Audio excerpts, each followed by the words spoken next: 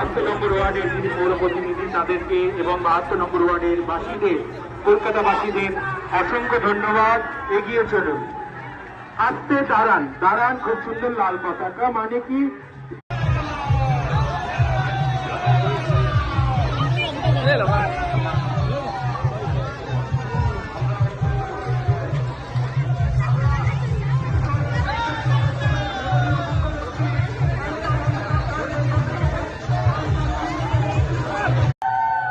सुबह से लेकर शाम तक सुबह मंगल आरती 5 बजे से 8:30 बजे भागवत कथा और 1:15 बजे से 2 बजे तक भागवत कथा करें। 7 बजे से लेकर 9 बजे तक प्रोग्राम।